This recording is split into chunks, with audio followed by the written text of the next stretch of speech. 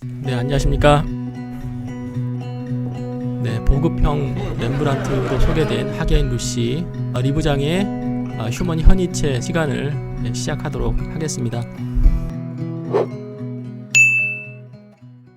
자, 지금 제가 중요한 부위를 이렇게 가려놨습니다. 누드화라든지 그런 게 나오면은 음란물로 인식이 돼가지고 AI가 끊어버렸습니다. 좀 양해를 부탁드리겠습니다. 첫 번째로 저희가 보실 작품은 다나에라고 하는 작품이고 렘브란트의 1636년도 작품이 되겠습니다. 자, 다나에라고 하는 주제는 굉장히 많은 화가들이 그렸습니다. 제 개인적으로는 렘브란트 작품 외에 인상적인 것은 클림트의 작품이에요. 황금 소나기로 제우스가 내리고 있는 작품인데 상당히 에로틱한 분위기를 정말 잘 묘사하지 않았나 그런 생각이 듭니다. 티치아노도 굉장히 많이 그렸어요. 티치아노는 정말 많이 그렸는데 여러 버전이 있는데요. 지금 왼쪽에 보시는 것은 나폴리에 있는 박물관이에요. 오른쪽에 있는 작품은 에르미타시 박물관에 있는 작품이에요. 같은 화가의 같은 주제의 다른 버전이 되겠습니다. 10년의 시차가 있는 것이죠.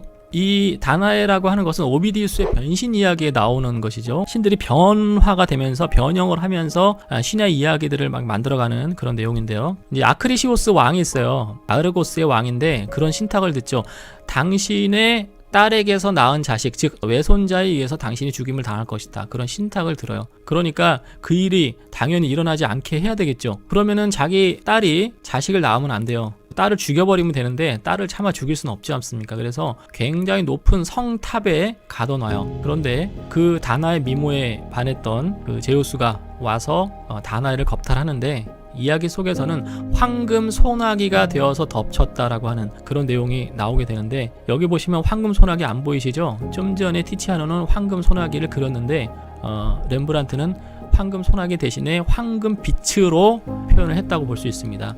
열려있는 곳에서 빛이 이렇게 비쳐가지고 다나의 몸을 덮치고 있는 상황이 되겠습니다. 사랑을 나누고 있는 순간이라고 보시면 되고 이렇게 해서 태어난 아들이 페르세우스예요. 죽여야 되죠. 근데 아크리시오스가 알았어요. 제우스의 아들이라는 것을 알고 함부로 죽이면은 자기에게 무슨 해가 닥칠지 모르잖아요. 그래서 자기 딸하고 손자를 관에다가 넣어가지고 버려버립니다. 그래서 결국은 페르세우스가 어떤 어부에 의해서 구출돼가지고 거기서 크게 되는데 점점 자신이 신의 아들이라고 하는 그런 것을 깨닫고 영웅적인 행동을 펼치게 되죠. 그 중에서 우리가 가장 잘 아는 것이 바로 이제 메두사를 처치한 것, 그리고 안드로메다를 잡아먹으려고 하는 바닷괴물을 처치한 그 내용 아시죠? 그거를 영화에서 제가 좀 캡처를 했는데 한번 같이 좀 보시도록 할게요. 잠깐.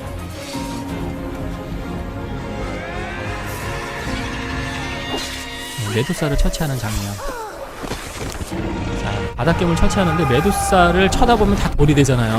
이 엄청난 괴물을 이렇게 처치하는 모습이 돼서 안드로메다를 이렇게 구하게 되는 장면이시죠. 네.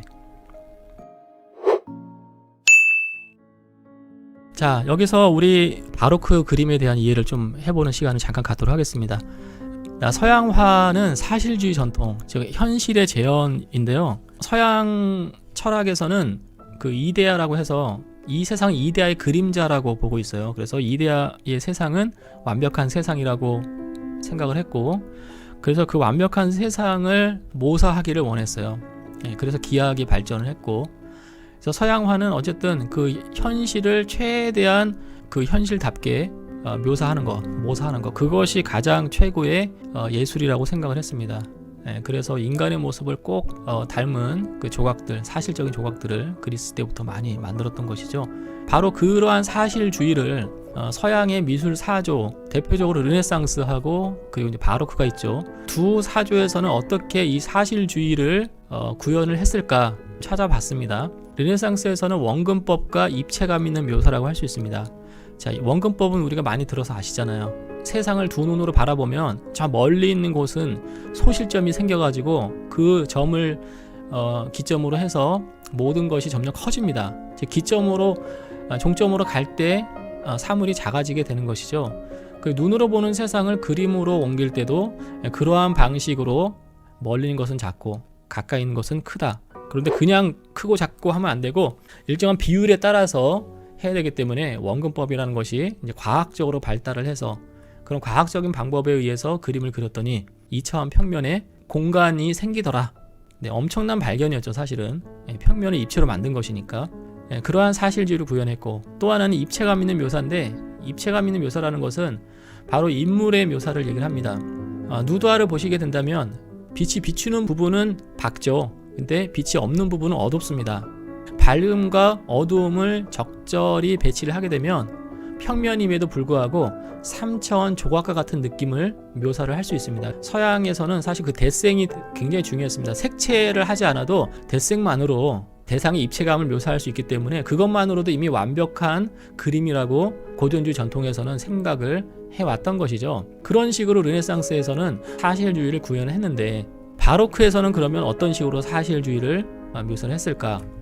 바로크의 사실주의는 바로 이것이죠. 바로 이제 세밀화와 질감의 표현입니다. 근데 사실 세밀화라고 하는 것은 르네상스 시절에 플랑드르, 네덜란드 시절에 이미 유화가 발명이 되면서 그때 등장을 하기 시작을 했습니다. 근데 그것을 바로크 화가들이 아주 적극적으로 채택을 해서 사용을 했다는 얘기죠. 세밀화라는 것은 그겁니다. 세밀하게 그림을 그리는 것입니다. 사람의 피부에 주름이 있다면은 그 잔주름까지 정확하게 묘사를 하는 것이고, 또 어떤 사람이 옷을 입고 있는데 실크 재질의 옷을 입고 있다. 그럼 그 실크의 재질의 느낌까지 묘사를 하는 것이죠. 또 광택이 있다. 그러면은 그 광택을 표시를 해가지고 실제로 빛을 받아가지고 실물이 반짝이는 것 같이 표현을 하는 그러한 세밀한 표현.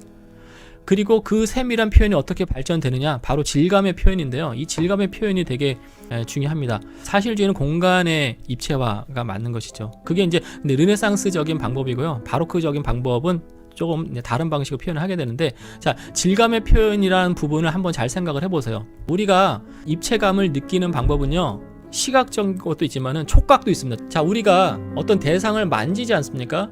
만지면은 그 대상의 질감을 느껴요. 딱딱한 거는 딱딱한 것, 그리고 오목하고 볼록하고, 또 어떤 천 조각을 만들 때도 거친 천 조각이 있고 실크처럼 부드러운 천 조각이 있고, 이렇게 손으로 이렇게 만져봤을 때의 그 질감이 느껴집니다. 그 질감을 바로크의 화가들은 시각화시킨 겁니다. 그냥 눈으로 보는데 마치 내가 이렇게 손으로 만졌을 때 만지는 것 같은 느낌, 촉각의 시각화라고 해야 될까요? 바로크적인 사실주의 표현이라 할 수 있겠죠. 그림을 확대해서 보시게 된다면 신발이 구두죠. 진주알 같은 것들이 있고, 탁자보 자체가 금실로 수놓은 듯한 느낌인데, 눈으로 보지만은 마치 손으로 만지면은 그 굴곡된 질감이 느껴질 것 같은 사실적인 묘사를 지금 해놓은 것이거든요. 이게 여기에 보시면은 또 머리띠라든지, 자, 이런 것들 진주로 만든 팔찌 딱 만지면은 둥글둥글한 느낌이 느껴질 것 같은, 자, 이게 바로 바로크의 사실주의. 네, 위에 그 침대 틀인데요. 그 틀을 바로크적인 장식으로 이렇게 만든 금장식들을 보고 계시는데, 이 금장식들 표현한 거 보세요. 이렇게 굴곡들이 있지 않습니까? 휘어져 있으면서 굴곡들이 있습니다. 그래서 만지면은 그 굴곡진 느낌들이 바로 나에게 전달될 것 같은 느낌들. 네, 이것이 바로 바로크적인 사실주의라고 할 수 있겠습니다. 근데 바로크 하면 뭐니 해도 명암법이에요. 그 명암 대비를 통해서 주제를 극적으로 표현한다는 것인데요. 명암 대비는 다른 게 아니죠. 단아의 몸만 밝게 돼 있고 주변은 어둡게 묘사가 돼 있지 않습니까? 그러니까 어둠과 밝음의 대비를 통해서 주제를 나타내는 게 굉장히 탁월합니다. 바로크 화가들이 그걸 정말 잘했어요. 안부를 과감히 생략합니다. 안부라는 것은 어두운 부분이죠. 이 어두운 부분을 여기선 지금 세밀하게 묘사를 했잖아요. 그러니까 이 작품에 해당되지는 않지만은 까라바제 작품이라든지 또 후반부의 렘브란트 작품 보시면은 주변을 세밀하게 묘사하지 않고 어둡게 처리해버려요. 그냥. 그리고 밝게 되는 부분만 이렇게, 이런 부분들을 아주 세밀하게 사실적으로 묘사를 하는 그런 방식을 채택을 하고 있습니다. 바로크란 말 자체가 일그러진 진주란 뜻을 갖고 있고, 자, 진주가 둥글잖아요. 근데 이게 찌그러져 있으면 어떻게 됩니까? 동적인 느낌이 나요. 곡선 자체가 운동감을 주기 때문에. 그 진주 알이 조개 껍데기에서 만들어져서 그런지 몰라도 조개 껍데기 모양을 굉장히 많이 쓰고, 또 하나는 이제 아칸투스 또는 아칸서스, 코린트식 양식의 기둥 주두로도 사용이 되고 바로크 장식으로 많이 사용됩니다. 우리나라에서는 뭐 당초문이라고 할 수가 있겠습니다. 자, 전체 침대 틀인데요. 보통 이렇게 침대 틀 만들 때 우리는 어떻게 합니까? 이런 부분들. 우리 탁자를 생각하신다면 그냥 강목처럼 생긴 거, 사각 강목 이렇게 하고 끝이 나잖아요. 그렇죠? 근데 여기서는 이렇게 곡선이 있어요.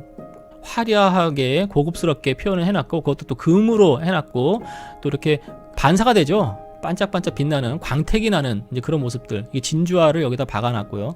네, 이런 식으로 해서 굉장히 곡선을 강조하고 운동감이 있고 화려한 장식을 만들어내는 것, 예, 그것이 바로 바로크 장식이 되는데, 자, 확대해서 본 모습이 이렇게 됩니다. 이제 바로크 장식을 이해를 이제 하셨죠? 자, 다나의 이제 내용으로 한번 들어가 보도록 할게요. 그림에 지금은 이제 사랑의 순간이라고 할 수가 있겠죠. 제우스가 몸을 덮치고 있는 이제 그런 상황이고, 미지의 존재를 맞이하고 있어요. 보이지 않습니다. 형체가 없어요. 없는데 누군가가 나를 만지고 있어요. 애무하고 있습니다. 근데 그런 상황 속에서 설레임과 두려움 가운데 이 에로틱한 순간을 이렇게 누리고 있는 그런 모습이라고 할 수가 있는 것이죠. 근데 위에 지금 큐피드가 있어요. 자, 큐피드의 얼굴 한번 보시겠어요? 자, 큐피드 얼굴 뭐 하고 있죠? 울고 있습니다. 울고 있어요. 큐피드가 왜 울고 있을까요? 여기 지금 손이 어떻게 돼 있죠? 결박당했습니다. 자, 큐피드가 사랑의 신이기 때문에 모든 사랑에 관여를 해요. 신들과 인간의 사랑에도 관여하고 신들의 사랑에도 관여하는 큐피드인데, 큐피드에게는 두 개의 화살촉이 있습니다. 금 화살촉과 철 화살촉이 있는데, 금으로 쏘게 되면 사랑을 하게 되고 철로 쏘게 되면 어떻게 될까요? 상대방을 싫어하게 돼요. 혐오하게 돼요.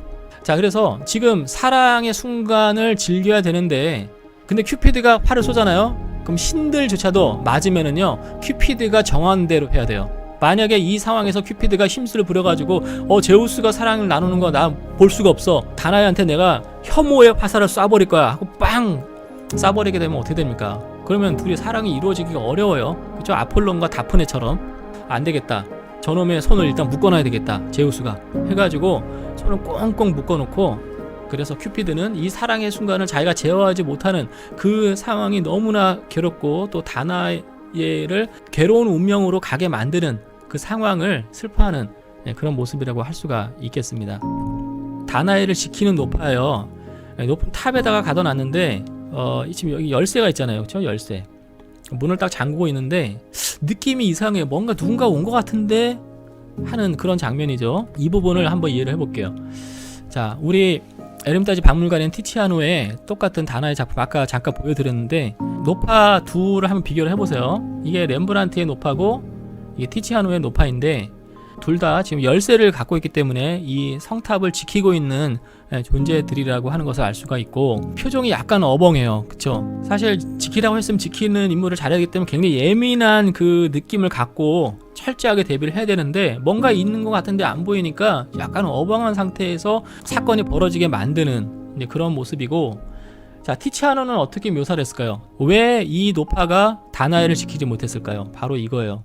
황금 소나기인데 황금이 막 떨어지니까 황금을 치마폭에다가 다 받아놨어요. 받아가지고 제우스가 그렇게 한 거죠. 황금 소나기를 탁 던져가지고 그 노파가 그것을 받아 먹은 거예요. 그래, 너는 얘다, 이거나 받아 먹고 떨어져라 해가지고 거기에 한눈을 판 사이, 그 탐욕에 눈멀어 있는 사이에 이제 다나이를 덮치고 있는 그런 모습이라고 할 수가 있겠습니다.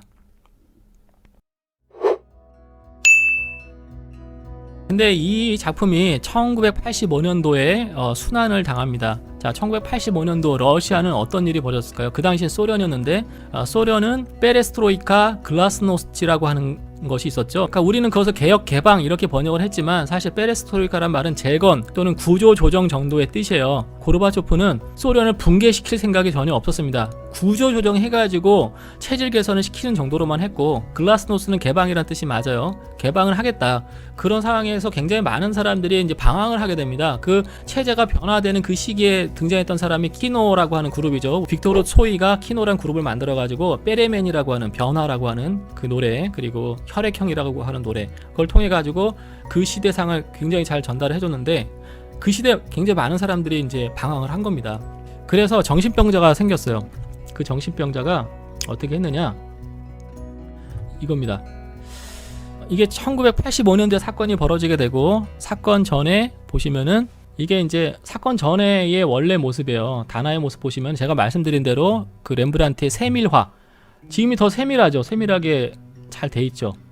이런 부분들, 그 얇은 이불의 그 주름이라든지 이런 레이스와 여기 모양들, 이런 것들이 훨씬 더 세밀하게 잘 돼 있습니다. 자, 이게 원본 모습이고, 이게 바로 현재 지금 보시는 게 바로 그 훼손됐을 때 모습인데, 자, 어떤 부분이 제일 많이 훼손돼 있나요? 보시니까 네, 완전 다른 작품 같죠? 근데 잘 보시면 똑같은 작품인데요. 바로 이 부분입니다. 이 부분. 자, 이 부분 두 군데를 한번 비교를 해보세요. 이 부분이 바로 가장 테러를 당한 부분인데요. 그 사람이 여기다가 이제 황산을 부었습니다. 황산을 붓고 그리고 칼로 찢었어요. 몇 차례. 이 부분이 제일 이제 손상이 된 것이죠. 그래서 황산이 이제 부어지기 때문에 그림이 녹아버렸어요. 녹은 것을 복원을 해야 되는데 소련 당국에서는 당시 소련이니까요. 그렇게 생각했던 것 같아요. 이것도 하나의 역사라고 생각했는지 완전한 복원을 하지 않고 적당하게 복원했습니다. 그러니까 원본이면 우리가 렘브란트의 세밀화라고 하는 그것을 정말 잘 볼 수 있는 작품이었는데 지금은 그 세밀한 묘사를 볼 수가 없게 돼버렸어요. 어쨌든 이것도 이 그림의 역사 중에 하나죠. 예를 들어서 모나리자 같은 경우는 그게 도난 당해가지고 당했다가 다시 되찾은 과정에서 엄청나게 유명세를 타게 됐잖아요. 그림 자체보다. 그 전까지는 별로 유명하지 않은 작품이었다고 들었습니다. 다나이라는 작품도 이런 사건들이 겹치면서 점점 중요한 작품이 되지 않을까, 이야기가 들어가면서 그렇게 생각을 해봤습니다.